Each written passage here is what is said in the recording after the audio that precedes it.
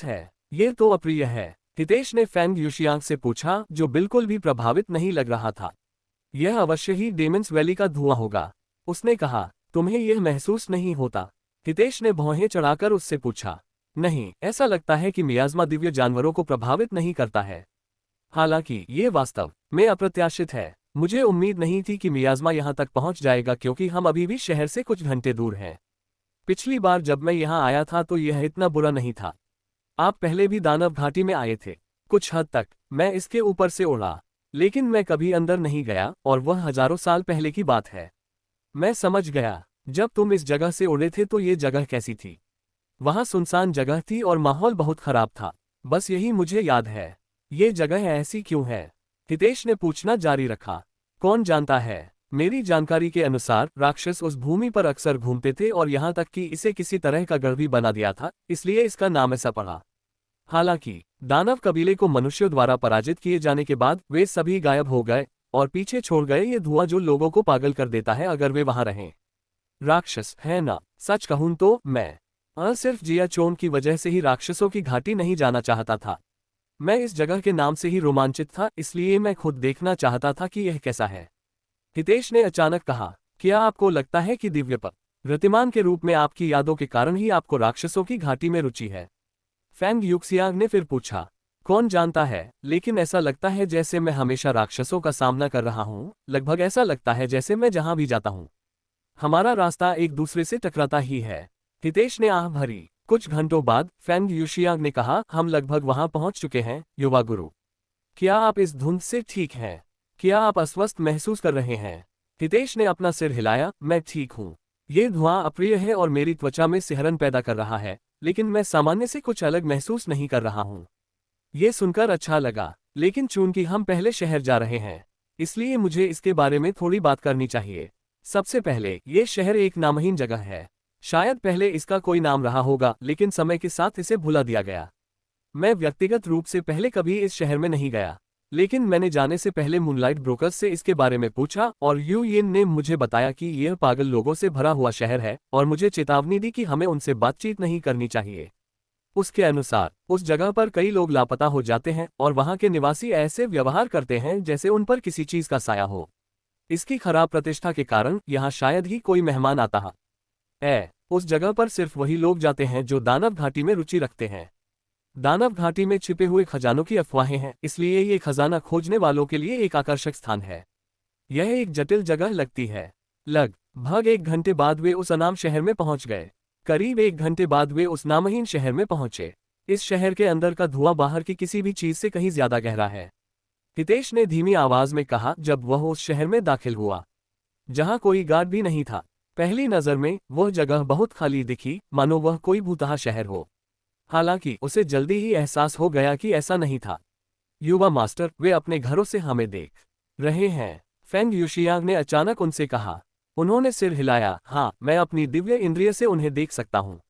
उनमें निश्चित रूप से कुछ गड़बड़ है। लगभग आधे घंटे तक शहर में घूमने के बाद भी एक भी व्यक्ति को न देखकर हितेश ने आह भरी। अगर वहां हमारा मार्गदर्शन करने वाला कोई नहीं है तो हम असंख्य तकनीकों को कैसे खोज पाएंगे? यह अपेक्षाकृत छोटा शहर है, इसलिए हम शायद इसे बस घूमकर ही ढूंढ लेंगे, फैंग यूशियांग ने कहा। कुछ और मिनट भटकने के बाद हितेश को आखिरकार सड़क पर कोई मिल गया। एक बहुत ही दुबली पतली बूढ़ी औरत सड़क पर खड़ी थी। उसके पीले चेहरे पर घबराहट सी दिख रही थी। हितेश ने घबराकर निगल लिया।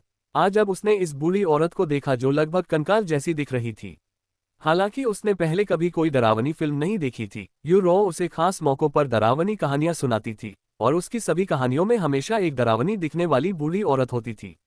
हितेश की अंतर्ज्ञान ने उसे इस बूढ़ी औरत के पास न जाने को कहा, लेकिन वह यथाशीघ्र असंख्य तकनीकों को खोजना चाहता था, अन्यथा उसे परीक्षा के लिए देर हो जाएगी। शांत हो जाओ, ये बूढ़ी औरत तुम्हें कुछ भी नुकसान नहीं पहुंचा सकती, हितेश ने खुद से यह कहा और वह धीमी लेकिन स्थिर गति से बूढ़ी औरत के पास पहुंचा। हाँ नमस्ते, क्या आप जानते हैं कि मैं असंख्य तकनीकें कहाँ पा सकता हूँ? हितेश ने घबराई हुई लेकिन स्पष्ट आवाज में पूछा। हालांकि बूढ़ी औरत ने ऐसा व्यवहार किया जैसे उसने उसकी बात सुनी ही नहीं और वह शून्य भाव से अपने सामने की जगह को देखती रही, ये समझते हुए कि उसने उसकी बात नहीं सुनी। हितेश ने उससे ऊंची आवाज में फिर से पूछने का फैसला किया, क्या तुम जानती हो कि मुझे असंख्य तकनीकें कहाँ मिल सकती हैं? इस बार बूढ़ी औरत ने कठोर चाल से उसकी ओर देखा। क्या तुमने मेरे बेटे को देखा है? उसने कर्कश स्वर में पूछा। ओह! हितेश बूढ़ी औरत की प्रतिक्रिया से हैरान रह गया। नहीं, मैंने नहीं किया है, अंततः उन्होंने जवाब दिया। बूढ़ी औरत ने फिर कहा, क्या तुम्हें पता है कि मेरा बेटा कहाँ है? उसे अब तक मेरे पास लौट आना चाहिए था। क्षमा करें, लेकिन मुझे नहीं पता कि आपका बेटा कहाँ है। हितेश ने अपना सिर हिलाया। कुछ क्षण की चुप्पी के बाद बूढ़ी औरत अचानक चिल्लाने लगी, तुमने मेरा बेटा ले लिया है ना? मेरा बेटा वापस दो। इसी समय वृद्ध महिला ने अपने हाथ दिखाए जो उसके कपड़ों के नीचे छिपे थे और उसमें रसोई का चाकू था। मरना! बूढ़ी औरत ने बिना किसी हिचकिचाहट के हितेश पर रसोई का चाकू तान दिया। हितेश की आंखें चौड़ी हो गईं जब उसने देखा कि बूढ़ी औरत अचानक उस पर अपना रसोई का चाकू लहरा रही है। हालांकि इससे पहले कि वह कुछ प्रतिक्रिया कर पाता, फेंग यूशियांग, जो तत्काल कार्रवाई करने के लिए तैयार थी, ने अपना हाथ हिलाया और हमलावर पर आध्यात्मिक ऊर्जा का विस्फोट किया, जिससे वृद्ध महिला अगली गली में उड़ गई। हितेश ने उस बूढ़ी औरत को देखा जो एक सड़क दूर गिरी हुई थी। उसके चेहरे पर एक हैरान करने वाली नजर थी और वह फेंग यूजियांग को देखने के लिए मुड़ा। फेंग, क्या तुम्हें सचमुच ऐसा करना था? वह महिला कोई किसान नहीं थी, इसलिए रसोई के चाकू से मुझे कोई चोट नहीं लग सकती थी। नश्वर हो या न हो, उसने यंग मास्टर पर हमला करने की हिम्मत की, इसलिए उसे दंडित किया जाएगा। फेंग यूक्सियांग ने चेहरे पर दृढ़ भाव के साथ कहा। मुझे आशा है कि तुमने उसे नहीं मारा होगा। हितेश ने आह भरी। हालांकि जब वह सड़क पर देखने के लिए पीछे मुड़ा तो उसे बूढ़ी औरत कहीं नहीं दिखी। वह कहाँ गई? हितेश ने चारों ओर देखा, लेकिन उसे कोई छाया भी दिखाई नहीं दी। वह शायद डर गई होगी और भाग गई होगी। मैंने अभी इतनी ताकत भी नहीं लगाई है, इसलिए वह ठीक हो जाएगी, फेंग यूक्सियांग ने कहा। चूंकि हमारे पास मदद के लिए पूछने के लिए कोई नहीं है, इसलिए मुझे लगता है कि हम अकेले ही असंख्य तकनीकों की खोज जारी रख सकते हैं। अंततः हितेश ने पैदल चलना छोड़ दिया और शहर के चारों ओर उड़ना शुरू कर दिया। उजाड़ शहर के चारों ओर लगभग 15 मिनट तक चक्कर लगाने के बाद उन्हें अंततः मैरियड ऑफ टेक्निक्स अंतर तकनीक का खजाना मिल गया, जो दो साधारण सी दिखने वाली इमारतों के बीच एक संकरी जगह में छिपा हुआ था। यदि हितेश ने अब तक एक ही प्रवेश द्वार को कई बार नहीं देखा होता, तो वह निश्चित रूप से उसे देख नहीं पाता। मायरीड ऑफ टेक्निक्स में प्रवेश करने पर उनका स्वागत हमेशा की तरह के दृश्य से हुआ, जो गर्मजोशी और प्रकाश से भरा था, जो कि नामहीन शहर के बिल्कुल विपरीत था। जैसे ही हितेश ने तकनीकों के असंख्य में प्रवेश किया, उसकी त्वचा पर होने वाली झुनझुनी तुरंत गायब हो गई, जिससे वह अंततः सामान्य रूप से सांस लेने में सक्षम हो गया। कुछ समय बाद वह दानव सीलिंग कबीले की ग्रैंड लाइब्रेरी में पहुंचा। ग्रैंड लाइब्रेरी में पोर्टल से बाहर आने के बाद हितेश दूरी पर स्थित इमारत के पास पहुंचा, लेकिन डेमन सीलिंग कबीले और डेमन सीलिंग रोटो के बीच नाटक के कारण वहां पूरी तरह से खाली था। आप छोटे संस्थापक हैं, आप यहाँ क्या कर रहे हैं? क्या आपने सुना नहीं? ग्रैंड लाइब्रेरी अगली सूचना तक बंद है। वह व्यक्ति जिसने हितेश को पहली बार आने पर बेच दिया था, प्रवेश द्वार बंद होने के बावजूद भी वहां पहरा दे रहा था। मैं सीनियर यान के साथ अपनी आनव सीलिंग परीक्षा देने के लिए यहाँ आया हूँ, उन्होंने उसे स्थिति समझाई। मुझे इसकी पुष्टि करने के लिए एक क्षण दीजिए। उस व्यक्ति ने एक संचार जेड पर्ची निकाली और यानहारा से संपर्क किया, जो ग्रैंड लाइब्रेरी में कहीं था। क्या तुम छोटे फाउंडर की प्रतीक्षा कर रही हो? उसने उससे पूछा। हाँ, कृपया उसे अंदर आने दो, यानहारा ने तुरंत जवाब दिया। वह आदमी हितेश की ओर देखने लगा और चुपचाप सिर हिला दिया। धन्यवाद। हितेश ने ग्रैंड लाइब्रेरी के अंदर जाने से पहले उस आदमी को झुककर प्रणाम किया। अंदर पहुंचकर वह सीधे दिव्य प्रतिमान की प्रतिमा वाले क्षेत्र में चले गए। जब वह वहां पहुंचे तो उन्होंने देखा कि मूर्ति के सामने 5 लोग खड़े थे। हितेश ने तुरंत इनमें से 3 लोगों को पहचान लिया। वे थे यानहारा, तांग जेंग और आश्चर्यजनक रूप से वान यू। जहां तक अंतिम 2 व्यक्तियों का प्रश्न है, वे एक सुंदर युवती और एक आकर्षक युवक थे, जिन्हें हितेश बिल्कुल भी नहीं पहचान पाया। युवती ने दानव सीलिंग कबीले की वर्दी पहन रखी थी, जबकि युवक ने दानव सीलिंग रोटो की वर्दी पहन रखी थी। तुम देर से आए हो, छोटे संस्थापक, यानहारा ने जब उसकी उपस्थिति देखी तो शांत स्वर में उससे कहा। माफ करें, लेकिन कुछ काम आ गया था और मुझे दूसरे स्थान पर जाना पड़ा। हितेश ने क्षमाप्रार्थी मुस्कान के साथ कहा। तो यह अफवाह वाला छोटा संस्थापक है? मुझे कहना चाहिए, वह वास्तव में दिव्य प्रतिमान जैसा दिखता है, लेकिन उसकी साधना बहुत कमजोर है। क्या आपको यकीन है कि उसे परीक्षा में भाग लेना चाहिए? सुंदर युवक ने हितेश को देखकर एक उत्तेजक मुस्कान दिखाई। युवती ने हितेश को केवल गहरी निगाह से देखा, उसे उसके विचारों का पता नहीं था। हितेश ने उस सुंदर युवक की ओर देखा और फिर उसे अनदेखा कर दिया। उसने चारों ओर देखा, उसके चेहरे पर हैरानी का भाव था, क्योंकि उसे वहां कोई कृत्रिम राक्षस नजर नहीं आया। क्या आप कृत्रिम राक्षसों की तलाश कर रहे हैं? तांग झांग ने उसके विचार पढ़ लिए और मुस्कुराते हुए पूछा। हितेश ने सिर हिलाया। हा, मुझे मत बताओ कि तुम इस परीक्षा में भाग ले रहे हो, जबकि तुम्हें इसके बारे में कुछ भी पता नहीं है। मैं तुम्हारे जैसा किसी से पहले कभी नहीं मिला। युवक को जब स्थिति का एहसास हुआ तो वह हंसने लगा। शांत हो जाओ, वान काइकी। उद्धरण चिन्ह। वान यू ने अपनी आंखें उस सुंदर युवक पर गड़ा दी। माफ करना अंकल वान, लेकिन यह आदमी मेरे लिए बहुत ज्यादा है। युवक, जो वान यू का भतीजा निकला, अपने आंसू पोंछते हुए बोला। यह मेरी गलती है, मैं तुम्हें परीक्षा के बारे में समझाना भूल गया। यान हारा को अचानक इस तथ्य का एहसास हुआ और उसने उससे माफी मांगी। ठीक है, विवरण मेरे लिए वास्तव में मायने नहीं रखते। मैं परीक्षा पास करना चाहता हूं, चाहे कुछ भी हो। ओह, हितेश ने चेहरे पर आत्मविश्वास भरी मुस्कान के साथ कहा। बहुत बढ़िया कहा। वान यू मुस्कुराया और उसने आगे कहा, जब मैंने सुना कि तुम एक एलीट डेमन सीलर बनना चाहते हो तो मैंने तुरंत जज बनने के लिए स्वेच्छा से हामी भर दी। जब तुम एक एडवांस्ड डेमन सीलर बने तो मैं चूक गया था, लेकिन मैं इस बार नहीं चूकूंगा। खैर, अब जब सब लोग यहाँ आ गए हैं तो चलो उस क्षेत्र में चलते हैं जहाँ परीक्षा होगी, तांग झेंग ने कहा। और अगले ही पल उसने अचानक सारणी प्रतीकों का निर्माण करना शुरू कर दिया। कुछ ही क्षणों बाद तांग झेंग ने सरणी प्रतीकों को एक शक्तिशाली सरणी में संयोजित किया और फिर उस सरणी में अपने पास स्थित दिव्य प्रतिमान की प्रतिमा को शामिल कर दिया। कुछ क्षण बाद उनके सामने एक लाल द्वार प्रकट हुआ और तांग झेंग बिना किसी हिचकिचाहट के उसमें प्रवेश कर गया। अन्य लोग भी इसके बाद आए। हितेश सबसे अंत में आया।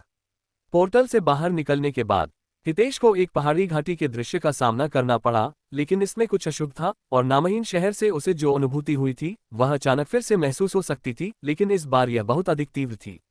यह एहसास ऐसा लग रहा है जैसे मैं उस पागल बूढ़ी औरत के साथ उस अनाम शहर में लौट आया हूँ। हितेश ने मन ही मन सोचा और वह पहाड़ी घाटी को घूरने लगा। परीक्षा पास करने और एक विशिष्ट दानव मुहर बनने के लिए आपको इस दानव घाटी को पार करना होगा और 3 दिनों के भीतर अंत तक पहुंचना होगा। यान हारा ने कुछ समय बाद उनसे कहा। राक्षसों की घाटी। हितेश ने ये परिचित नाम सुनते ही अपनी भौहें ऊपर उठाईं और सोचने लगा कि क्या ये कोई अजीब संयोग है या भाग्य। हाँ, इस जगह पर निचले स्वर्ग में ज्यादातर निम्न श्रेणी के राक्षस रहते थे।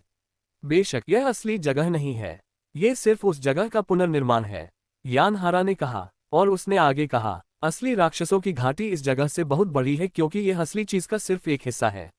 यहाँ से अंत तक लगभग 100 मील की दूरी है, लेकिन आपको परीक्षा के दौरान उड़ने की अनुमति नहीं है और वहां पहुंचने के रास्ते में आपको राक्षसों का सामना करना पड़ेगा। तांग झेंग ने फिर कहा, आप राक्षसों को अनदेखा कर सकते हैं और एक भी राक्षस को सील किए बिना परीक्षा समाप्त कर सकते हैं, लेकिन आप राक्षसों को सील करने के लिए अंक प्राप्त करते हैं, बोनस अंक, यदि आप उन्हें मार सकते हैं। अंत में आपके अंकों के आधार पर आप खजाने से एक राक्षस सील खजाना प्राप्त करने में सक्षम होंगे। वान यू ने आगे कहा, दानव सीलिंग खजाने बहुत दुर्लभ हैं, इसलिए मैं अनुशंसा करता हूं कि आप इस परीक्षा के दौरान अधिक से अधिक अंक प्राप्त करने का प्रयास करें।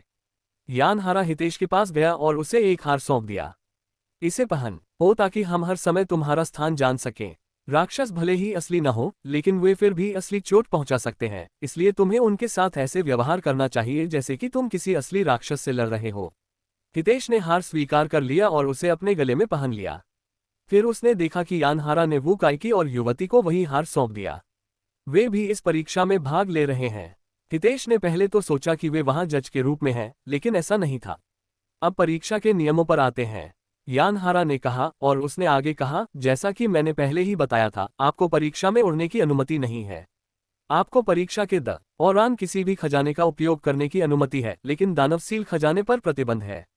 आपके पास राक्षसों की घाटी को पार करने और अंत तक पहुंचने के लिए 72 घंटे हैं।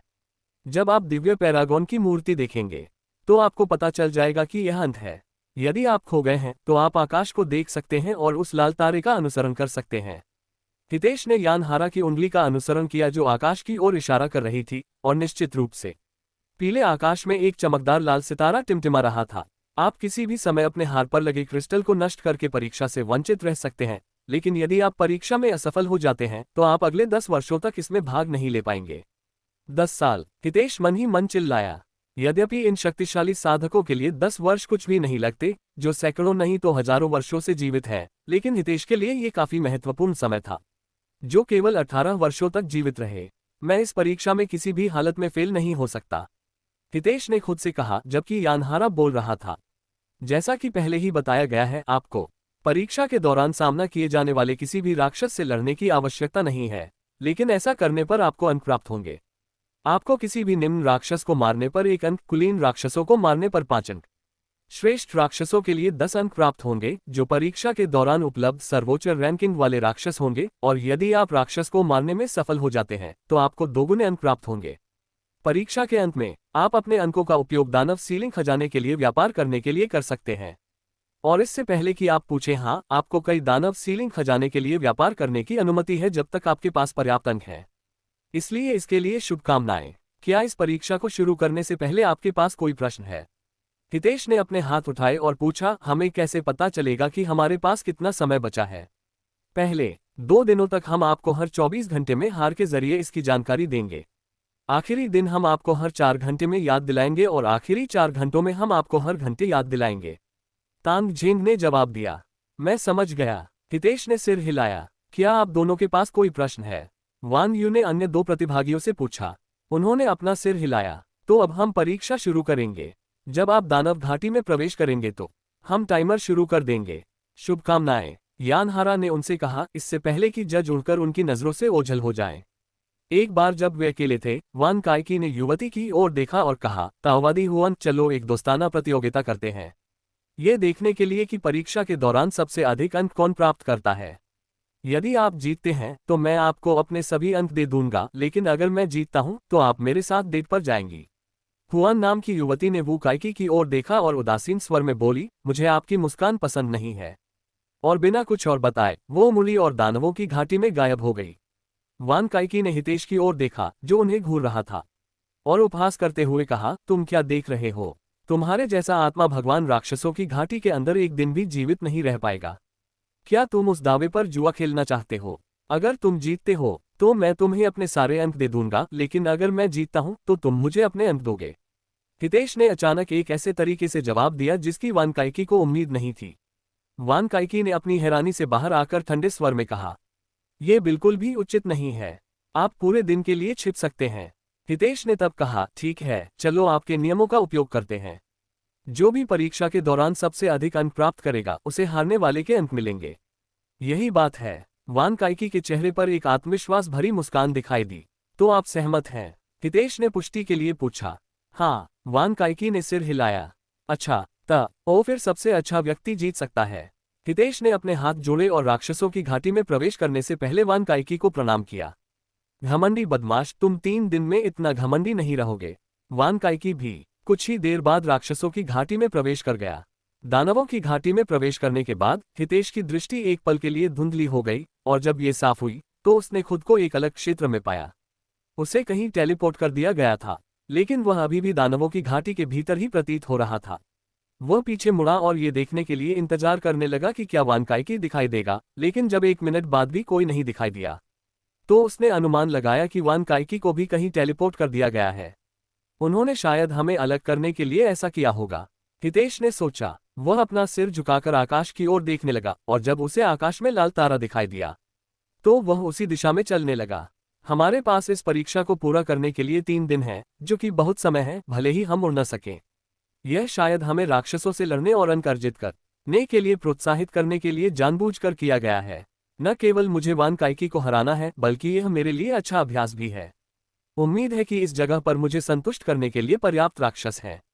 हितेश ने केवल अंतिम रेखा तक पहुंचने के बजाय राक्षसों का शिकार करने पर ध्यान केंद्रित करने का निर्णय लिया।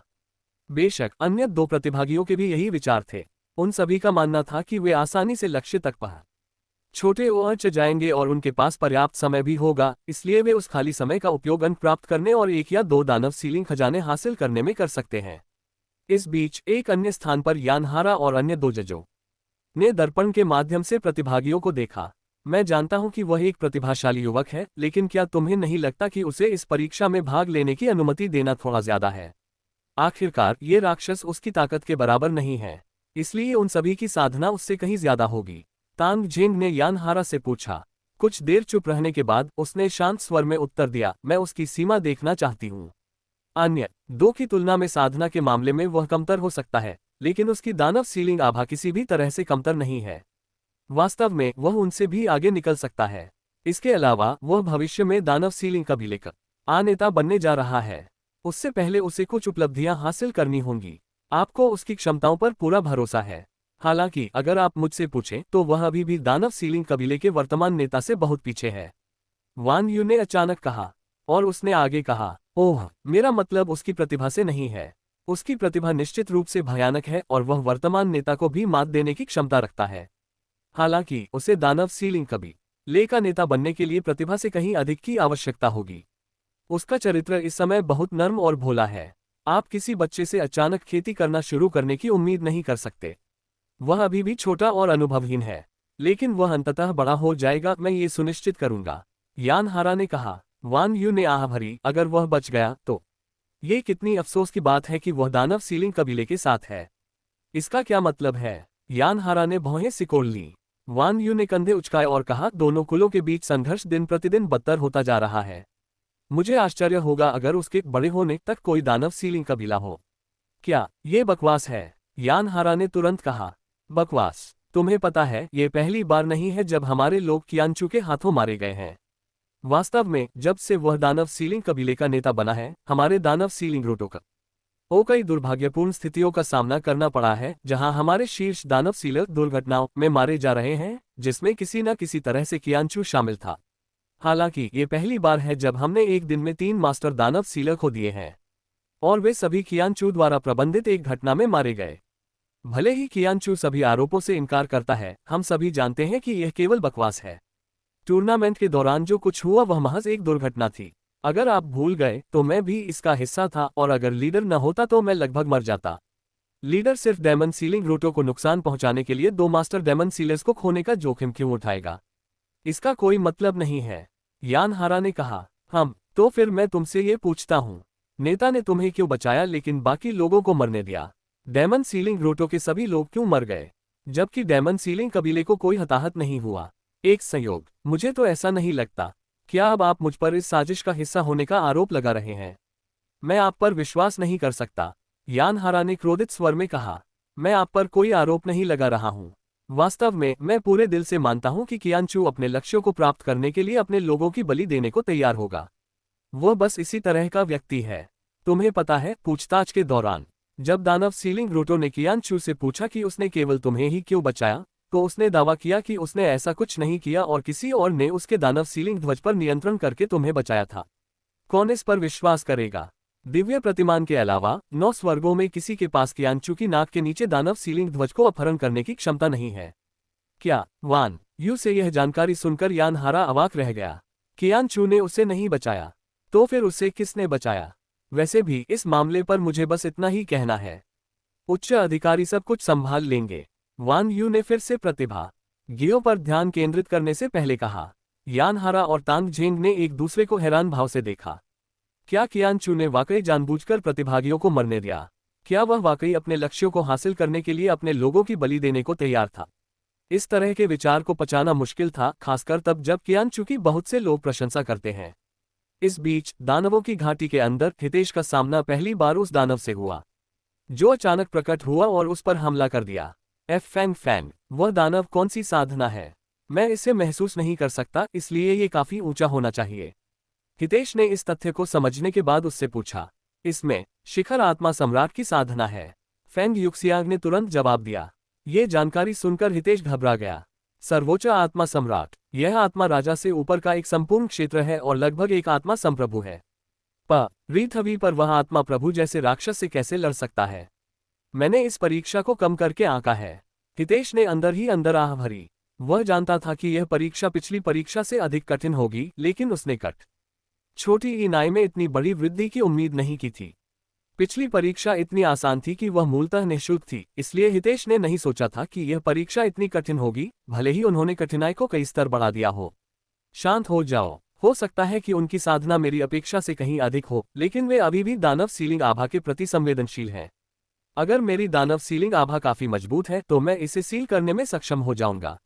हितेश ने खुद को शांत करने की कोशिश की। जब वह ऐसा कर रहा था तो दानव ने ठहाका लगाया। एक साधारण आत्मा प्रभु की हिम्मत कैसे हुई कि वह राक्षसों की घाटी में कदम रखे? मौत को आमंत्रित कर रहा है। युवा मास्टर, क्या आपको मेरी मदद की जरूरत है? फैंग यूजियांग ने उनसे पूछा। नहीं, मैं ये काम संभाल सकता हूँ और मुझे यकीन नहीं है कि आप मेरी मदद कर पाएंगे। उसने अपना सिर हिलाया। मैं समझ गया। कृपया सावधान रहें, युवा मास्टर। हितेश ने सिर हिलाया और एम्पायरियन अधिपति को बुलाया। तुम बहुत साहसी हो इंसान, मैं तुम्हें ये दूंगा। राक्षस ने अपने चेहरे पर एक बदसूरत मुस्कान दिखाई। तुम बहुत ज्यादा बोलते हो, तुम्हारी साधना भले ही उच्च स्तर की हो लेकिन तुम सिर्फ एक निम्न श्रेणी के राक्षस हो, हितेश ने अचानक कहा। हितेश के उत्तेजक शब्दों को सुनकर दानव तुरंत क्रोधित हो गया। एक निम्न श्रेणी के दानव के रूप में उनके पास अपनी भावनाओं, विशेष रूप से क्रोध पर लगभग शून्य नियंत्रण होता है, इसलिए उन्हें आसानी से ट्रिगर किया जा सकता है। मरो। अगले ही पल राक्षस हितेश पर झपटा। हितेश ने पीछे हटने की बजाय राक्षस का सीधा सामना किया। दानव सीलिंग हड़ताल। एम्पायरियन अधिपति ने आश्चर्यचकित राक्षस पर वार करते हुए दानव सीलन वाली आभा प्रवाहित की। हितेश द्वारा जारी की गई दानव सीलिंग आभा की भारी मात्रा से आश्चर्यचकित होने के कारण दानव प्रतिक्रिया करने में असमर्थ था और उसने उम्मीद नहीं की थी कि एक आत्मा भगवान इतनी मजबूत आभा जारी करने में सक्षम होगा। शाह। स्वर्ग के अधिपति ने राक्षस को आधा काट दिया। हालांकि दानव तुरंत बंद नहीं हुआ और कुछ ही क्षण बाद पुनर्जीवित हो गया। नहीं, बुरा नहीं, मैंने तुम्हें कम आंका मानव। दानव के चेहरे पर मुस्कान थोड़ी कांप उठी। ये स्पष्ट रूप से हितेश की दानव सीलिंग आभा से डर गया था, भले ही उनकी साधना में अंतर था। यद्यपि दानव को साधना में लाभ था, लेकिन ऐसा लाभ नकारा जा सकता था यदि उसके प्रतिद्वंद्वी की दानव सीलिंग आभा काफी मजबूत थी। यही कारण है कि प्राचीन काल में दानव मोहर लगाने वाले अपनी साधना की अपेक्षा दानव मोहर आभा को प्राथमिकता देते थे। इस मामले में हितेश की दानव सीलिंग आभा इतनी मजबूत थी कि वह आत्मा सम्राट साधना आधार के साथ दानव को धमका सकती थी, और अगर ये दानव की बेहतर साधना के लिए नहीं होता तो इसे एक ही वार में सील कर दिया जाता। अपने दानव सीलिंग आभा पर दानव की प्रतिक्रिया को देखकर हितेश का आत्मविश्वास काफी बढ़ गया, इसलिए उसने एक और वार किया। दानव सीलिंग हड़ताल। इस बार राक्षस ने उसके हमले का सामना करने की हिम्मत नहीं की और इसके बजाय उसे चकमा देने का विकल्प चुना। हालांकि हितेश अपने हमलों में अथक था और अंततः उसने राक्षस पर एक और प्रहार किया। दूसरे हमले एक के बाद राक्षस की चाल काफी धीमी और कठोर हो गई, और जब हितेश ने ये देखा तो उसने अपने हमलों की तीव्रता बढ़ा दी और तब तक नहीं रुका जब तक राक्षस पूरी तरह से बंद नहीं हो गया। जब दानव पूरी तरह से बंद हो गया तो हितेश ने अतिरिक्त अंक पाने के लिए उसे मारने का फैसला किया। अपने हमले को पूरी तरह से चार्ज करने के लिए आवश्यक समय लेने के बाद हितेश ने स्वर्गीय विभाजन तलवार प्रहार नामक एक विनाशकारी हमला किया, जिसने लगभग तुरंत ही राक्षस और उसके पीछे के इलाके को पूरी तरह से मिटा दिया। कुछ क्षणों के बाद नष्ट हुआ भूभाग वैसे ही वापस आ जाता जैसे कुछ हुआ ही न हो, लेकिन राक्षस कभी भी वापस नहीं आ पाता। हमले के बाद कुछ सेकंड के लिए पूरी डेमन्स वैली हिल गई, जिससे अन्य दो प्रतिभागी सतर्कता से चारों ओर देखने लगे। इस बीच हितेश के पहले मुकाबले को देखने वाले जज जो कुछ उन्होंने देखा था उसे देखकर अवाक रह गए। ये कैसा हमला है, उसने एक पल में पूरा पहाड़ मिटा दिया, यान हारा ने चौंकते हुए कहा। उसकी दानव सीलिंग आभा इतने कम समय में इतनी बढ़ गई, वान यू ने अविश्वास से भरी धीमी आवाज में कहा। उसका ध्यान कहीं और था। विश्वसनीय, मुझे वास्तव में उम्मीद नहीं थी कि वह राक्षस से इतनी आसानी से निपट लेगा। ऐसा लगता है कि मेरी चिंताएं अनावश्यक थीं। तांग झेंग ने आह भरी। यद्यपि वे तीनों हितेश की प्रतिभा से परिचित थे, लेकिन न उन्हें उसकी पूरी क्षमता का अंदाजा नहीं था, इसलिए पहली बार ऐसा देखना काफी चौंकाने वाला था। राक्षस को मारने के बाद हितेश ने राहत भरी सांस ली। यह मेरी अपेक्षा से बेहतर हुआ। लगता है कि मुझे इस परीक्षा के बारे में इतना चिंतित होने की आवश्यकता नहीं है। हालांकि वह अभी भी पूरी तरह से तनाव मुक्त नहीं था। हालांकि उसने राक्षस को मार दिया था, लेकिन वह केवल एक निम्न श्रेणी का राक्षस था और उसे विश्वास न बड़ी यह था कि वह एक कुलीन या श्रेष्ठ राक्षस से लड़कर वही परिणाम प्राप्त कर पाएगा। अपनी आध्यात्मिक ऊर्जा पुनः प्राप्त करने में कुछ मिनट बिताने के बाद हितेश ने और अधिक राक्षसों को मारने के लिए तलाश जारी रखी, और कुछ मिनट तक भटकने के बाद एक और राक्षस कहीं से भी उस पर हमला करने के लिए प्रकट हो गया। एक बार फिर यह एक निम्न श्रेणी का दानव था जिसकी आत्मा सम्राट साधना का स्तर चरम पर था, लेकिन इस बार हितेश ने इस पर हमला करने में संकोच नहीं किया और कुछ ही मिनटों में इसे सील कर दिया। ये वास्तव में दुर्भाग्यपूर्ण है कि ये राक्षस को नहीं छोड़ते। हितेश ने परीक्षा में अपने दूसरे राक्षस को मारने के बाद अंदर ही अंदर आह भरी। कुछ समय बाद हितेश ने चलते समय दूरी पर एक मूर्ति देखी तो वह रुक गया। जब वह उसके पास गया तो उसे पता चला कि वह वास्तव में एक राक्षस था जिसे पहले ही बंद कर दिया गया था। क्या यह दो प्रतिभागियों में से किसी ने इस राक्षस को सील कर दिया था? उसने मन ही मन सोचा। भले ही इसे किसी और ने सील किया हो या नहीं, हितेश ने मुफ्त अंक छोड़ने का इरादा नहीं किया और उसने दानव को पूरी तरह से मिटाने का फैसला किया और अंक अपने लिए ले लिए। स्वर्ग विभाजन तलवार प्रहार जारी करने के बाद हितेश ने फिर से अपना कदम उठाने से पहले अपनी ताकत को पुनः प्राप्त करने में कुछ मिनट का समय लिया। मुझे उम्मीद है कि किसी और के राक्षस को खत्म करने के लिए मुझे अंक मिलेंगे, भले ही मुझे पूरा श्रेय न मिले। इस बीच हितेश की हरकतें देखकर वान यू जोर से हंस पड़ा। यह पहली बार है कि मैंने किसी को दूसरे व्यक्ति के साथ बड़ी लबन दानव को मारते हुए देखा है। वह जोर से हंसा। खैर, यह पहली बार है जब मैंने किसी आत्मा प्रभु को अपने स्तर से 2 लोक ऊपर के राक्षसों को मारते हुए देखा है। तांग जेंग ने कहा, आखिर वह किस तरह की तकनीक का इस्तेमाल कर रहा है? मैं इसे बिल्कुल नहीं पहचान पा रहा हूँ। यान हारा ने सोच विचार करते हुए कहा।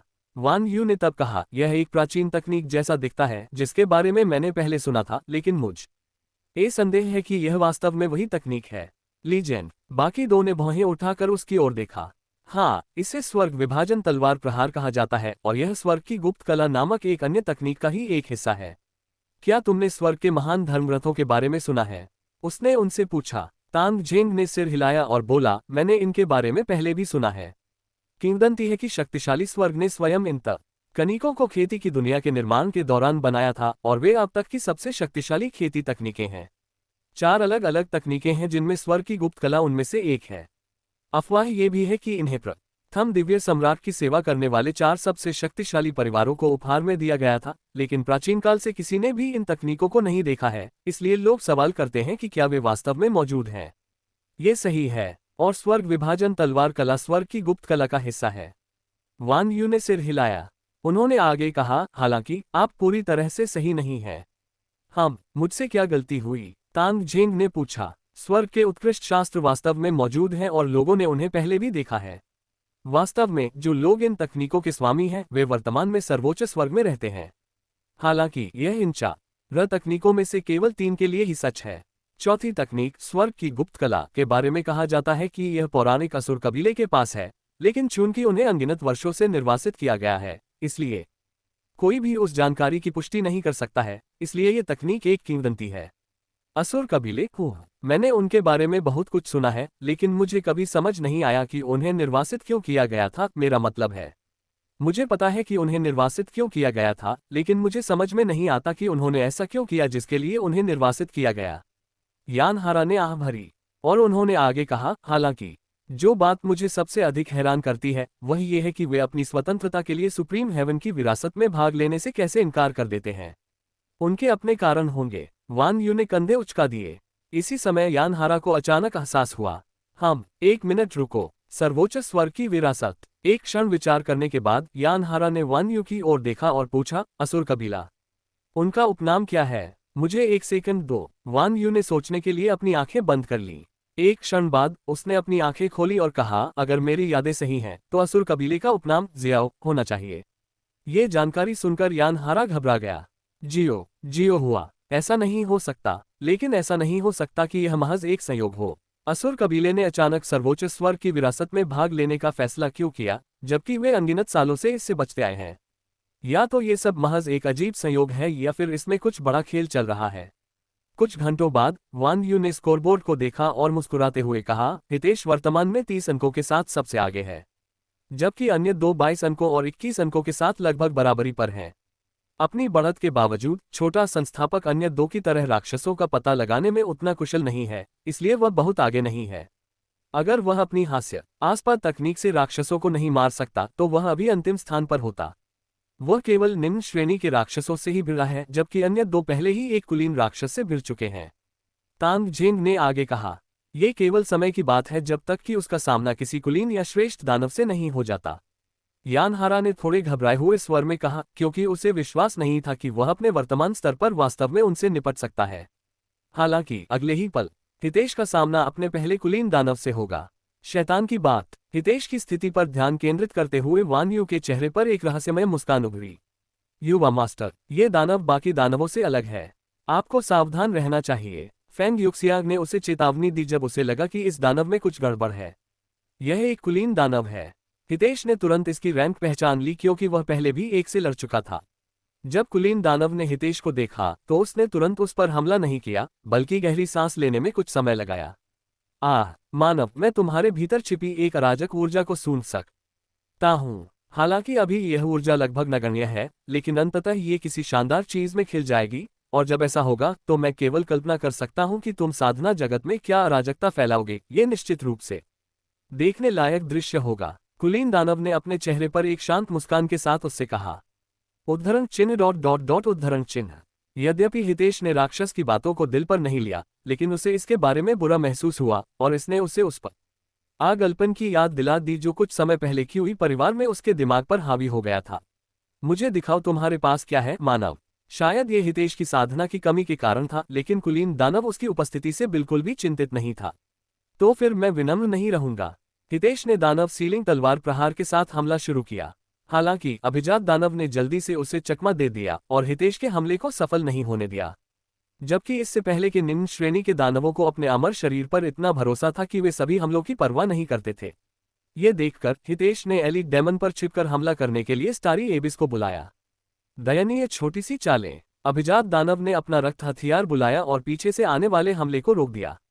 मैं भूल गया था कि स्टारी एबिस आत्मा राजाओं और उससे ऊपर के लोगों के खिलाफ प्रभावी नहीं है। हितेश ने मन ही मन माथा पीट लिया। लेकिन ये ठीक है, अदृश्यता प्रभाव वह कारण नहीं है जिसके लिए मैंने इसे बुलाया था। 10,000 भूत ब्लेड। यदि एक पर्याप्त नहीं है तो 1,000 क्यों न हो। 1,000 तारों वाली आई अचानक प्रकट हुई और उसने कुलीन दानव को घेर लिया।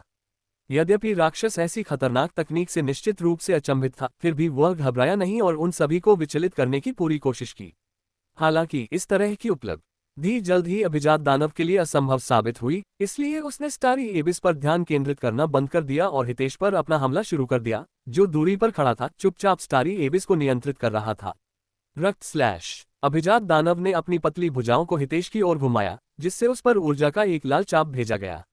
हालांकि हमला ज्यादा दूर तक नहीं गया, क्योंकि इसे हजारों तारों वाले रसातल द्वारा शीघ्र ही रोक दिया गया, जो दानव के लिए एक रोकथाम की तरह काम कर रहे थे। ये कैसी कष्टप्रद तकनीक है। कुलीन दानव अब अपनी भावनाओं को नियंत्रित नहीं कर सका और क्रोधित हो गया। इसका ढांचा बड़ा हो गया और इसकी अस्त व्यस्त आभा एक नए स्तर पर पहुंच गई। हालांकि अपने परिवर्तन के बावजूद ये स्टारी एबिस पर विजय प्राप्त नहीं कर सका और अंततः इसके द्वारा सील कर दिया गया। इसके बाद हितेश ने राहत की सांस ली। मुझे अपने आप पर अधिक विश्वास होना चाहिए। हितेश ने स्वर्ग विभाजन तलवार प्रहार के साथ सीलबंद दानव को खत्म करने के बाद खुद से कहा, और अधिक अंक प्राप्त किए। यह आदमी आश्चर्यों से भरा हुआ है। वह सिर्फ एक ही सोल वेपन नहीं बल्कि 2 सोल वेपन नियंत्रित करता है, और वे अलग अलग तरह के हथियार हैं। मैं सिर्फ एक ही व्यक्ति को जानता हूं जो एक साथ 2 सोल वेपन चला सकता है, और उस व्यक्ति को 7वें आसमान में एक शीर्ष प्रतिभाशाली व्यक्ति माना जाता है। हितेश की एलिट डेमन के साथ लड़ाई देखने के बाद वान यू का चेहरा विस्मय से भर गया। 2 आत्मिक हथियार उस छोटी सी आकृति के अंदर, और कितने रहस्य छिपे हैं। वान हारा ने मन ही मन सोचा। अपनी आध्यात्मिक ऊर्जा को पुनः प्राप्त करने के बाद हितेश ने अपनी खोज जारी रखी। कई घंटों बाद परीक्षा से पहले उसे दिया गया हार अचानक कांप उठा और उसमें से यानहारा की आवाज गूंजी। परीक्षा शुरू हुए 24 घंटे हो चुके हैं। आपके पास 48 घंटे शेष हैं। क्या पूरा दिन बीत चुका है? जब मैं राक्षसों का शिकार करने पर ध्यान केंद्रित करता हूं तो समय निश्चित रूप से बहुत जल्दी बीत जाता है। सौभाग्य से मैंने दूसरों से कहा कि अगर मैं कुछ दिनों तक बाहर नहीं आता हूं तो वे मेरे बारे में चिंता न करें, क्योंकि मुझे नहीं पता था कि इस परीक्षा से क्या उम्मीद करनी है। वह आमतौर पर मेषियों के भोजन के लिए ब्रेक लेता था, लेकिन उसे चिंता थी कि अगर उसने थोड़ा भी आराम किया तो वह वान काइकी के साथ अपनी शर्त हार सकता है, क्योंकि उसे यकीन था कि अन्य 2 प्रतिभागी परीक्षा के दौरान हर सेकंड अधिक अंक पाने की कोशिश में बिताएंगे। जैसे जैसे हितेश ने राक्षसों का शिकार करने में ज्यादा समय बिताया, उसे अपनी क्षमताओं पर ज्यादा भरोसा होने लगा और उसकी आक्रामकता और भी बढ़ गई। इससे वह एलीट राक्षसों से भी तेजी से निपटने में सक्षम हो गया और उसके अंक और भी ज्यादा बढ़ने लगे। मैंने अब तक 4 कुलीन राक्षसों का सामना किया है, लेकिन मुझे अभी तक किसी भी श्रेष्ठ राक्षस का सामना नहीं करना पड़ा है। मुझे आश्चर्य है कि क्या वे लक्ष्य के करीब हैं। हितेश ने मन ही मन सोचा, क्योंकि उसने एक और राक्षस को खत्म कर दिया था। एक क्षण विचार करने के बाद उसने ये देखने का निश्चय किया कि वह अंतिम रेखा के कितने करीब है, क्योंकि वह बिना किसी उद्देश्य के डेमन्स वैली में भटक रहा था। हितेश ने लाल तारे की दिशा का अनुसरण किया और अपनी पूरी गति से भागा, केवल अचानक सामने आ जाने वाले राक्षसों से निपटने के लिए ही रुका। कुछ घंटों बाद हितेश तब रुका जब उसे दिव्य प्रतिमान की मूर्ति दिखाई दी। यहाँ आने के दौरान मुझे 3 एलिट डेमन मिले, जो कि पूरे दिन घूमने के बाद मिले डेमन से लगभग उतने ही हैं। लगता है कि मेरी परिकल्पना सही थी। अगर मैं मूर्ति के इर्द गिर्द बड़े मता रहा तो मुझे जल्द ही अपना पहला सुपीरियर डेमन मिल जाएगा। और अधिक समय बर्बाद न करना चाहते हुए हितेश ने मूर्ति के चारों ओर दौड़ना शुरू कर दिया, और वास्तव में 1 घंटे और 3 मृत राक्षसों के बाद उसका सामना अपने पहले श्रेष्ठ दानव से हुआ।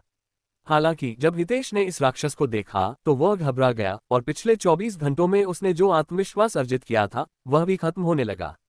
महाराज, यह एक राक्षस है, हितेश ने धीमी आवाज में कहा, जबकि उसकी नजर दूर एक विशालकाय आकृति पर पड़ी जो लगभग 40 मीटर ऊंची थी।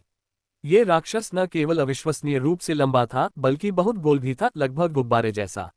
हालांकि यह इस राक्षस की सबसे भयावह विशेषता नहीं थी, क्योंकि इसका चेहरा इतना भयानक था कि इसे देखने वाला कोई भी व्यक्ति डर जाएगा। इससे पहले सभी राक्षस मानव जैसे दिखते थे, लेकिन ये राक्षस किसी भी चीज से अधिक घृणित राक्षस जैसा दिखता था। कितना बदसूरत राक्षस है, जल्दी करो और इसे मार डालो, युवा मास्टर, फेंग युक्सियांग ने उस समय घृणित स्वर में कहा जब उसने इस राक्षस को देखा। यहां तक कि लैन यंगयिंग भी इस राक्षस को देखकर कांप उठी, क्योंकि यह ऐसा कुछ नहीं था जो उसने पहले कभी देखा था। मुझे लगता है कि हमें शायद इसे अभी के लिए अकेला छोड़ देना चाहिए, हितेश ने कठोर आवाज में कहा, और बिना किसी हिचकिचाहट के वो पलटा और चला गया, ऐसा अभिनय करते हुए जैसे उसने राक्षस को कभी देखा ही नहीं था। हा, क्या तुमने उसके चेहरे पर भाव देखा? मुझे पता था कि वह भाग जाएगा। किसी ने भी पहली मुठभेड़ में उस घृणित अस्तित्व का सामना नहीं किया है। उन्हें मानसिक रूप से खुद को तैयार करने के लिए हमेशा कुछ समय की आवश्यकता होगी, भले ही उन्हें पहले से इसके अस्तित्व के बारे में पता हो। इस विशाल राक्षस के प्रति हितेश की स्वाभाविक प्रतिक्रिया को देखकर वान यू जोर से हंसा। जब मैंने पहली बार अपनी परीक्षा के दौरान इसका सामना किया तो मैं लगभग पेशाब ही कर बैठा था। तांग जेंग ने अपने चेहरे पर एक कड़वी मीठी मुस्कान के साथ अपना सिर हिलाया कर, क्योंकि उसे इस राक्षस के साथ अपनी पहली मुठभेड़ याद आ गई थी। घृणास्पद, मैं अभी भी उनके अस्तित्व को नहीं समझ पाया हूं और यह भी नहीं समझ पाया हूं कि वे अन्य राक्षसों से इतने अलग क्यों दिखते हैं, वान हारा ने कहा। कुछ लोगों का मानना है कि ये राक्षसों का असली रूप है। हालांकि प्राचीन काल के दानव सीलिंग कबीले के अनुसार राक्षस भी इन घृणित चीजों से नफरत करते थे, वान यू ने कहा। मुझे बस इस बात की छोटे खुशी है कि वे अब मौजूद नहीं हैं।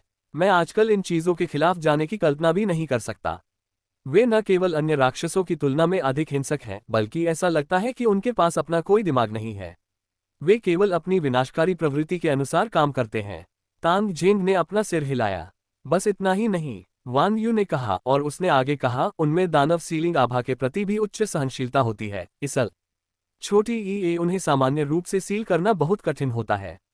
ये केवल एक सुपीरियर दानव होने के बावजूद मुझे नहीं लगता कि इस परीक्षा में किसी ने भी अबोमिनेशन को सील या मार दिया है। यहां तक कि कियानचू भी, जिसने पूरे दिन उससे लड़ाई की, उसे हरा नहीं सका। शायद ये छोटा संस्थापक एक मिसाल कायम करेगा, यान हारा ने चेहरे पर एक आशावादी मुस्कान के साथ कहा। यंगयिंग, उस चीज का नाम क्या था?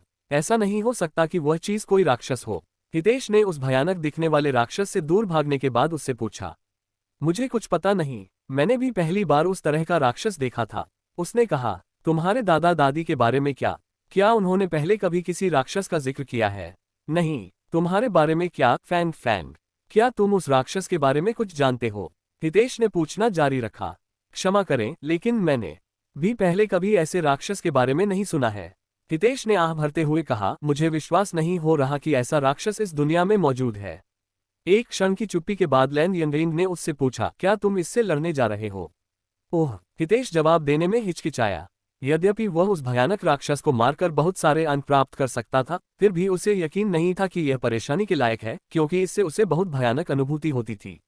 अचानक वैन हारा की आवाज हार से गूंजी। छोटे संस्थापक, यदि आप घृणा को हरा सकते हैं तो आपको 1000 अंक मिलेंगे। घृणा, क्या यही इसका नाम है? आखिर यह चीज क्या है? क्या यह सचमुच एक राक्षस है?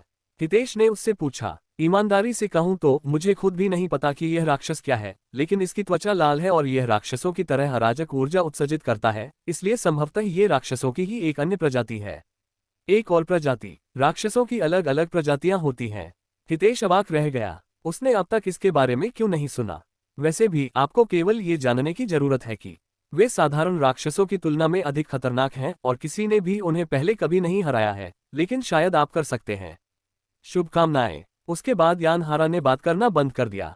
यदि मैं इसे हरा दूं तो मुझे 1000 अंक मिलेंगे, जो निश्चित रूप से बहुत सारे अंक हैं और मेरी जीत सुनिश्चित करेंगे, लेकिन अतीत में कोई भी ऐसा करने में सफल नहीं हुआ है। हितेश ने सोचना शुरू किया। युवा मास्टर, आपको केवल इसे हराने की जरूरत है ना? इसका मतलब है कि आपको इसे मारने की जरूरत नहीं है, बस इसे सील करना है। यदि आप इसे अपनी दानव सीलिंग तकनीकों से मारना जारी रखते हैं तो यह अंततः सील हो जाएगा, है ना? फेंग युक्सियांग ने कहा। तुम सही कह रहे हो।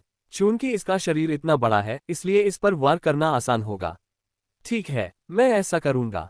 हितेश ने अबोमिनेशन से लड़ने का फैसला किया। गहरी सांस लेने के बाद वह मुड़ा और अबोमिनेशन के साथ उस स्थान पर वापस आ गया। हालांकि उसने तुरंत एबोमिनेशन पर हमला नहीं किया। इसके बजाय वह एक अलग जगह पर बैठ गया और लड़ाई के लिए खुद को तैयार करना शुरू कर दिया। सौभाग्यवश ऐसा लग रहा था कि अबोमिनेशन सो रहा है, क्योंकि वह बस अपनी आंखें बंद करके बैठा हुआ था। कुछ मिनट बाद हितेश ने अपनी आंखें खोली जो लड़ाई के इरादे से भरी हुई थी। वह खड़ा हुआ और दृढ़ निश्चय निगाहों से घृणा को देखा। बहुत गहरी सांस लेने के बाद हितेश ने स्टारी एबिस को बुलाया और उस पर 10,000 भूत ब्लेड का इस्तेमाल किया, जिससे स्टारी एबिस की 2000 बार नकल हुई। एक बार जब वह तैयार हो गया तो हितेश ने सभी 2000 स्टारी एब छोटी ईसा को सोते हुए राक्षस पर हमला करने का आदेश दिया। अगले ही क्षण सभी 2000 खंजर सोए हुए राक्षस के गोल शरीर में घुस गए, जिससे वह शाही में बदल गया। हालांकि अबोमिनेशन स्थिर रहा, मानो उसे हमले का एहसास ही न हुआ हो। घृणा से कोई प्रतिक्रिया न देखकर हितेश ने उसे छुरा घोंपना जारी रखने का निर्णय लिया तथा धीरे धीरे उसे दानव सीलिंग आभा से भर दिया। बेशक चूंकि वह एक राक्षस था, इसलिए जैसे ही उसके शरीर से खंजर निकाले जाते उसके शरीर पर स्थित छेद तुरंत पुनर्जीवित हो जाते। क्या हो रहा है? जब से मैंने इस पर हमला करना शुरू किया है 10 मिनट हो गए हैं, फिर भी यह अभी तक नहीं जागा है और न ही यह सीलबंद दिखाई देत है। यहाँ तक कि एक दानव जनरल भी अब तक सीलबंद हो चुका होता। हितेश ने अपना सिर खुजलाया और उसने स्टारी एबिस को अबोमिनेशन पर हमला करने का आदेश देना जारी रखा। मुझे लगता है कि तुम्हें कुछ मजबूत चीज की जरूरत है। लैन यंगइन की आवाज अचानक गूंजी। तुम्हारा क्या मतलब है? हालांकि प्रत्येक हमले से व्यक्तिगत रूप से बहुत अधिक दानव सीलिंग आभा नहीं मिलती है, लेकिन इसे जोड़ना चाहिए, है ना? इसने अन्य राक्षसों पर काम किया। हितेश ने कहा, हाँ, लेकिन ऐसा लगता है कि उस दानव के पास कुछ ऐसी क्षमता है जो उसके शरीर के अंदर दानव सीलिंग आभा को बनने से रोकती है। मैं आपकी दानव सीलिंग आभा को दानव के शरीर में प्रवेश करते हुए महसूस कर सकता हूँ, लेकिन मैं ये भी महसूस कर सकता हूँ कि यह कुछ समय बाद उसके शरीर से बाहर आ रही है। यह हास्यास्पद है। हितेश यह विश्वास नहीं करना चाहता था कि ऐसी क्षमताओं वाला एक दानव संभवतः अस्तित्व में हो सकता है, क्योंकि इससे दानव को बंद करना कई गुना कठिन हो जाएगा, शायद असंभव भी। अंततः हितेश ने स्टारी एबिस की 10,000 प्रतियां बनाई और उनसे सोए हुए एबोमिनेशन पर हमला किया। अब क्या हाल है? क्या ये राक्षस को प्रभावित कर रहा है? हितेश ने कुछ मिनट बाद लैन यंगइन से पूछा। उन्होंने कहा, ये तो है, लेकिन इतनी तेजी से नहीं। इस दर पर आपको कोई परिणाम दिखने से पहले इसे 1 सप्ताह तक जारी रखना होगा। 1 सप्ताह? हितेश अवाक रह गया। संभवतः 1 सप्ताह बीतने से पहले ही उसकी आध्यात्मिक ऊर्जा समाप्त हो जाएगी। कुछ और मिनटों तक प्रयास करने के बाद हितेश ने स्टारी एबिस को वापस बुलाया और अपनी आध्यात्मिक ऊर्जा को पुनः प्राप्त करने के लिए अस्थायी रूप से एबोमिनेशन पर हमला करना छोड़ दिया। अब मुझे क्या करना चाहिए? इस स्थिति में मेरा स्टारी एबिस मूल रूप से बेकार है और स्वर्ग विभाजन तलवार का प्रहार इसे मारने में सक्षम नहीं होगा। क्या मेरे पास वास्तव में इस राक्षस को हराने का कोई साधन नहीं है?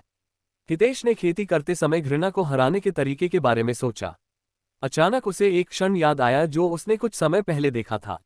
दानव सीलिंग टूर्नामेंट के दौरान दानव सीलिंग कबीले के नेता ने अपनी तलवार की आभा के साथ अपनी दानव सीलिंग आभा को भर दिया। कम से कम तीनों ने यही कहा, अगर मैं किसी तरह से इसे दोहरा सकता हूं तो क्या मैं इसके साथ घृणा को हरा पाऊंगा? लेकिन मैं अपनी तलवार की आभा के साथ अपनी दानव सीलिंग आभा को कैसे भर सकता हूं? अरे दिव्य प्रतिमान, मुझे कुछ मार्गदर्शन दो। मुझे पता है कि छोटे ओम यहीं कहीं हो। हितेश ने अपने सिर के अंदर दिव्य प्रतिमान को पुकारना शुरू कर दिया। दुर्भाग्यवश दिव्य प्रतिमान की ओर से कोई प्रतिक्रिया नहीं आई। उसने कहा कि वह वास्तव में मौजूद नहीं है और वह मेरी यादों का एक टुकड़ा मात्र है, इसलिए मुझे उन यादों को बाहर निकालने में सक्षम होना चाहिए, है ना? शायद अगर मैं अपनी चेतना के अंदर गहराई से देखूं। पर्याप्त आध्यात्मिक ऊर्जा प्राप्त करने के बाद हितेश ने साधना बंद कर दी, लेकिन उसने अपनी आंखें नहीं खोली। युवा मास्टर, क्या आप ठीक हैं? फेंग यूशियांग ने उनसे पूछा जब उसने उनमें कोई हलचल नहीं देखी। कृपया थोड़ी देर के लिए शांत रहें, मैं ध्यान केंद्रित करने की कोशिश कर रहा हूं। हितेश ने धीमी आवाज में जवाब दिया। सॉरी। जब पूरी तरह से शांति छा गई तो हितेश ने दिव्य प्रतिमान को खोजने के लिए अपनी चेतना की गहराई में प्रवेश करने का प्रयास किया। जब वह अभी भी अपंग था तो बोरियत से पागल न हो जाने के लिए, क्योंकि वह अपने शरीर को हिला नहीं सकता था और चारों ओर अंधकार से घिरा हुआ था, हितेश ने अपने मन में गहराई से झांकना सीखा ताकि वह अपनी यादों को फिर से जी सके उस समय में जब वह अपंग नहीं था। कई वर्षों तक ऐसा करने के बाद वह इसमें इतना अच्छा हो गया कि वह अपनी इच्छानुसार किसी भी स्मृति को देख सकता था, और इसमें वे स्मृतियां भी शामिल थीं जो उसकी चेतना में कुछ सीमाओं के साथ गहराई में छिपी हुई थीं, जैसे कि अनाथ होने से पहले की स्मृतियां, क्योंकि उसके मन में ऐसे समय की कोई स्मृति नहीं थी। यद्यपि चलने फिरने की क्षमता वापस पाने के बाद उसने ऐसा करने का प्रयास नहीं किया, फिर भी वह आसानी से अपनी चेतना की गहराई में प्रवेश करने में सक्षम था। एक बार जब वह अपनी चेतना के सबसे गहरे हिस्से में पहुंचा तो हितेश को 4 लोग एक दूसरे के बगल में खड़े दिखाई दिए। तियान यांग, दिव्य प्रतिरूप, दुष्ट देवता, और यहाँ तक कि भाला चलाने वाला जनरल भी था जो एक बार उसके सपने में आया था। देखो हमारे यहाँ कौन है। हितेश के सिर में उनकी जानी पहचानी आवाजें गूंजने लगी जब वह उन आकृतियों के पास पहुंचा जिनके चेहरे उसके जैसे ही थे। तो यह वह जगह है जहां तुम सब छिपे हुए थे, मुझे ये पहले ही कर लेना चाहिए था। हितेश ने आह भरी जब उसने अपनी चेतना की गहराई में इन 4 लोगों को देखा। यहाँ आकर आप क्या चाहते हैं? तियान यांग ने उससे पूछा। मैं चाहता हूँ। हितेश ने दिव्य प्रतिमान की ओर देखा और बोला, मैं सीखना चाहता हूँ कि अपनी तलवार की आभा के साथ अपने दानव सीलिंग आभा को कैसे प्रभावित किया जाए। मैं उस घृणा को हराना चाहता हूँ। घृणास्पद, कितना पुराना नाम है। दिव्य प्रतिमान ने अपने चेहरे पर गहरी मुस्कान के साथ अपनी आंखें बंद कर लीं। तुम मेरा ज्ञान चाहते हो, मेरा अनुभव, मेरी यादें, लेकिन क्या तुम मेरे अस्तित्व को स्वीकार करने के लिए तैयार हो? दिव्य प्रतिमान ने अचानक अपनी आंखें खोली और आगे बढ़ गए। हम एक ही हो सकते हैं, लेकिन हम अलग अलग लोग भी हैं, कम से कम तब तक जब तक आप इस तथ्य को स्वीकार नहीं करते कि हम एक ही हैं। यदि आप मेरे अस्तित्व को स्वीकार करने के लिए तैयार नहीं हैं, तो आप मेरी विरासत को प्राप्त करने के लिए भी तैयार नहीं हैं। उद्धरण चिन्ह ... उद्धरण चिन्ह। हितेश अवाक रह गया। उन्होंने यह नहीं सोचा था कि जब तक वह अपने अवतार से सहमत नहीं होंगे तब तक उनकी स्मृतियों को अस्वीकार कर दिया जाएगा। अगर मैं तुम्हें स्वीकार कर लूं तो क्या होगा? क्या तुम मेरे अस्तित्व को पूरी तरह से अपने अधीन कर लोगे?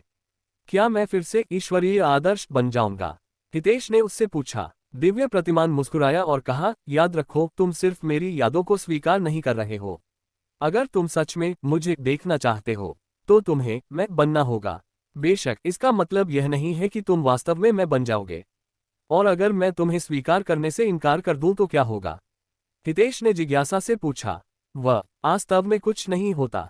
तुम अभी के लिए हमारे अस्तित्व को पूरी तरह से नकार सकते हो, लेकिन अंततः तुम अपनी यादों को पूरी तरह से जगा लोगे। तुम हमेशा के लिए भाग नहीं सकते हितेश। एक समय आएगा जब तुम्हें अपनी असली पहचान को अपनाना होगा, और जितना अधिक तुम अपरिहार्य को टालोगे उतना ही ये तुम्हारे लिए और भी कठिन होता जाएगा। दिव्य प्रतिमान के शब्दों को सुनने के बाद हितेश चुपचाप अपने सामने खड़ी 4 आकृतियों को देखता रहा। कुछ क्षण बाद उसने पूछा, क्या होगा अगर तुम सचमुच मेरी यादें नहीं हो बल्कि वो यादें हो जो मेरे दिमाग में बसी हैं? दिव्य प्रतिमान ने अन्य लोगों के साथ नजरों का आदान प्रदान किया। हा, वे चारों अचानक जोर से हंसने लगे। क्या तुम सच में ऐसा मानते हो? क्या यह उस फीनिक्स की कही बात की वजह से है? सत्य की गोली के बिना भी तुम्हें अच्छी तरह पता होना चाहिए कि हम असली हैं या नकली, तियान यांग ने कहा। हितेश ने मन ही मन आह भरी। तियान यांग के बताए बिना ही वह पहले से ही जानता था कि ये उसकी सच्ची यादें थीं। अच्छा, क्या तुम अभी तक किसी निष्कर्ष पर पहुंच चुके हो? दिव्य प्रतिमान ने कुछ क्षण बाद उससे पूछा। एक क्षण की चुप्पी के बाद हितेश ने अपना सिर हिलाया। अगर मैं तुम्हें स्वीकार भी कर लूं तो भी मैं वही रहूंगा। मैं ये सुनिश्चित करूंगा, उन्होंने दृढ़ स्वर में कहा। यही तो मैं सुनना चाहता हूँ। जैसे ही दिव्य प्रतिमान हितेश के पास पहुंचा उसके चेहरे पर एक उज्ज्वल मुस्कान दिखाई दी। जब वे एक दूसरे के ठीक सामने खड़े थे तो दिव्य प्रतिमान ने हाथ मिलाने के लिए अपना हाथ आगे बढ़ाया। मेरी विरासत, मैं इसे तुम्हारे हाथों में छोड़ता हूँ। मुझे निराश मत करना, दिव्य प्रतिमान ने कहा। मैं कोशिश करूंगा कि ऐसा न हो। हितेश ने दिव्य प्रतिमान से हाथ मिलाने से पहले सिर हिलाया। दिव्य प्रतिमान अचानक चमकने लगा। कुछ सेकंड बाद अनगिनत छोटे छोटे टुकड़ों में बिखर गया। ये छोटे छोटे टुकड़े उसकी यादें थीं और वे हितेश के साथ मिल गए। हितेश के मन में यादें बहने लगीं, दिव्य प्रतिमान के रूप में उसकी प्रारंभिक यादें। हालांकि ये अभी भी दिव्य प्रतिमान की यादों का एक छोटा सा अंश मात्र थे। निस्संदेह दिव्य प्रतिमान की स्मृतियों के 1% में भी इतना विशाल अनुभव और ज्ञान समाहित था जो किसी नश्वर को ईश्वर सदृश अस्तित्व प्रदान कर सकता था। हितेश की आंखों से अचानक आंसू बहने लगे जब उसे दिव्य प्रतिमान के रूप में अपनी पुरानी यादें याद आईं, जैसे कि उसका बचपन और वह कारण जब उसने राक्षसों का शिकार करना शुरू किया था। मैं समझ गया, तो इसीलिए मैंने राक्षसों का शिकार करना शुरू किया, हितेश ने धीमी आवाज में कहा जब एक खूबसूरत युवती अचानक उसके सिर के अंदर प्रकट हुई। मुझे खेद है, हालांकि मैंने वादा किया था कि मैं तुम्हें कभी नहीं भूलूंगा। हितेश ने अपने सामने खड़ी युवती से कहा, कोई बात नहीं, तुम्हारी अनोखी परिस्थितियों के कारण मैं तुम्हें माफ कर दूंगा केवल तभी जब तुम मुझ पर एक एहसान करो। यह क्या है? मेरा नाम बताओ, उसने कहा। हितेश के चेहरे पर एक सौम्य मुस्कान उभरी जब उसने कहा, एरोन। युवती ने उसे एक ऐसी सुंदर मुस्कान दिखाई जो उसका नाम सुनते ही मुरझाए फूलों में भी खिलने लगती। चूंकि तुमने ये साबित कर दिया है कि तुम मुझे सचमुच याद करते हो, इसलिए मैं तुम्हें माफ कर दूंगा।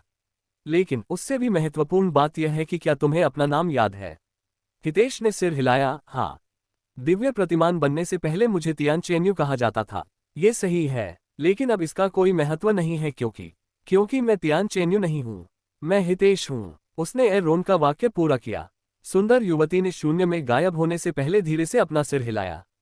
हितेश ने अपने अन्य 3 अवतारों की ओर देखा। क्या मुझे आप लोगों को भी स्वीकार करना होगा? उसने उनसे पूछा। आखिरकार, लेकिन अभी समय न ही है। आपको हमारी यादों को आत्मसात करने से पहले तियान चेन्यू की यादों को पूरी तरह से पचाने के लिए समय चाहिए होगा। अपनी क्षमता से ज्यादा मत खाओ, वरना तुम पागल हो जाओगे, तियान यांग ने कहा। और उन्होंने आगे कहा, इसके अलावा अपनी सारी यादों को याद करने की कोशिश में जल्दबाजी न करें। लाखों वर्षों से जीवित रहने वाले अमर व्यक्ति की यादों को हल्के में नहीं लिया जाना चाहिए। यहां तक कि एक छोटा सा अंश भी हजारों वर्षों के अनुभव का प्रतिनिधित्व कर सकता है, जो कि केवल 18 वर्षों के अनुभव वाले किसी व्यक्ति को अभिभूत करने के लिए पर्याप्त है। मैं समझ गया, हितेश ने सिर हिलाया। कुछ देर बाद जब उसने अपनी आंखें खोली तो पाया कि उनमें अभी भी आंसू बह रहे थे। क्या आप ठीक हैं, युवा मास्टर? फेंग यूशियांग ने उनसे पूछा। हाँ, मैं ठीक हूँ। मुझे अभी अभी एक दुखद घटना याद आई जो बहुत पहले घटी थी। फेंग यूशियांग को उसके शब्दों के पीछे का मतलब पूरी तरह से समझ में नहीं आया, लेकिन उसने उससे इस बारे में न पूछने का फैसला किया। खैर, चलो इस घृणित कार्य से निपटते हैं और अधिक अंक अर्जित करने के लिए वापस आते हैं, ठीक है? हितेश खड़ा हुआ और शांत दृष्टि से सो रहे राक्षस को देखने लगा। उसका व्यवहार कुछ मिनट पहले से पूरी तरह से अलग था। हालांकि हितेश को लौटे हुए कुछ ही क्षण बीते थे, लेकिन फेंग यूजियांग और लैन यंगयिंग दोनों ने हितेश के व्यवहार में बदलाव को नोटिस किया। वह अधिक शांत और निश्चिंत दिखाई देने लगा, लेकिन वे यह नहीं बता सके कि उसमें ऐसा क्या अलग था। उनकी नज़र में वह अब भी वही हितेश था जिसे वे जानते थे, लेकिन साथ ही वह एक अलग व्यक्ति भी प्रतीत होता था। इस बीच हितेश ने एम्पायरियन अधिपति को बुलाया और अबोमिनेशन की ओर बढ़ना शुरू कर दिया। वह क्या कर रहा है? वह घृणा के इतने करीब क्यों जा रहा है? तांग झेंग ने हितेश की हरकत देखकर जोर से पूछा। कौन जानता है, शायद उसके पास कुछ योजना है। यान हारा ने कंधे उचका दिए। एक बार जब हितेश घृणित वस्तु के ठीक सामने पहुंचा तो उसने उस राक्षस की ओर देखा जो लगभग एक पहाड़ क्या कार का था और उसके चेहरे पर एक गहरी मुस्कान थी। घृणित प्राणी, जिन्हें उत्परिवर्तित दानव के रूप में भी जाना जाता है, उन्हें मारना न केवल सामान्य दानवों की तुलना में कठिन है, बल्कि वे अत्यंत अराजक भी हैं। अपने स्वयं के दिमाग के बिना वे केवल अपनी प्रवृत्ति पर कार्य करते हैं, जो उन्हें अपने रास्ते में आने वाली हर चीज को नष्ट करने के लिए कहती है। वे दोस्तों और दुश्मनों के बीच अंतर नहीं कर सकते हैं, इसलिए वे अन्य राक्षसों पर भी हमला करते हैं यदि वे उनके रास्ते में आते हैं। वास्तव में एक निर्मम अस्तित्व जिसे अस्तित्व में रहने की अनुमति नहीं दी जानी चाहिए। हितेश को धीरे धीरे एम्पायरियन अधिपति पसंद आने लगा, जब तक कि वह सीधे उसके सिर के ऊपर नहीं आ गया। एक गहरी सांस लेने के बाद उसने उस विशाल तलवार को मारा, जो अचानक भारी मात्रा में तलवार की आभा के साथ सो रहे राक्षस पर फट पड़ी। वूश! तलवार की आभा सीधे अबोमिनेशन के शरीर के अंदर घुस गई और फिर फैलने लगी तथा जिस चीज को छूती उसे मिटा देती। घृणित प्राणी जो शांति से सो रहा था, उसने अचानक अपनी आंखें और मुंह खोल लिया और कान फाड़ देने वाली चीख निकाली, जिससे पूरी दानव घाटी हिल गई। जब वान काइकी और अन्य प्रतिभागियों ने अबोमिनेशन की चीख सुनी तो उन्होंने तुरंत जो कुछ भी कर रहे थे उसे रोक दिया और शोर की दिशा की ओर मुड़ गए। केवल घृणा ही ऐसी आवाज निकाल सकती है। कौन उससे लड़ रहा है? दाओवादी हुआन, ये वही होगी। ऐसा कोई तरीका नहीं है कि यह वह छोटी सी चीज हो। वान काइकी ने जल्दी से घृणा की दिशा में अपना रास्ता बनाना शुरू कर दिया। एकमात्र अन्य प्रतिभागी भी जिज्ञासा के कारण शोर की ओर बढ़ने लगी। तो मेरे अलावा कोई और भी घृणित व्यक्ति से लड़ना चाहता था, है ना? उसने मन ही मन सोचा। इस बीच हितेश ने अबोमिनेशन पर अपना हमला जारी रखा। अपनी तलवार की आभा को छोड़ने के बाद जो दानव सीलिंग आभा से प्रभावित थी, उसने सोए हुए दानव को जगा दिया, लेकिन इसने उसके शरीर के अंदर भी तबाही मचा दी। हालांकि ये भी राक्षस को हराने के लिए पर्याप्त नहीं था। पर्याप्त नहीं है ना? तो चलो तुम्हें और कमजोर कर देते हैं। उद्धरण चिन्ह अनंत यातना की तलवारें।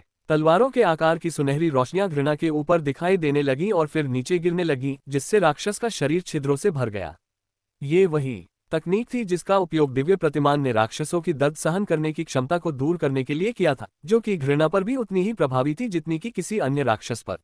और निश्चय ही अबोमिनेशन दर्द से चीख उठा, ऐसा कुछ जिसे उसने पहले कभी अनुभव नहीं किया था। दानवों की घाटी और भी अधिक तीव्रता के साथ फिर से हिलने लगी और वह रुकने का नाम नहीं ले रही थी। वह एक सुअर की तरह व्यवहार कर रही थी जिसे काटा जा रहा था।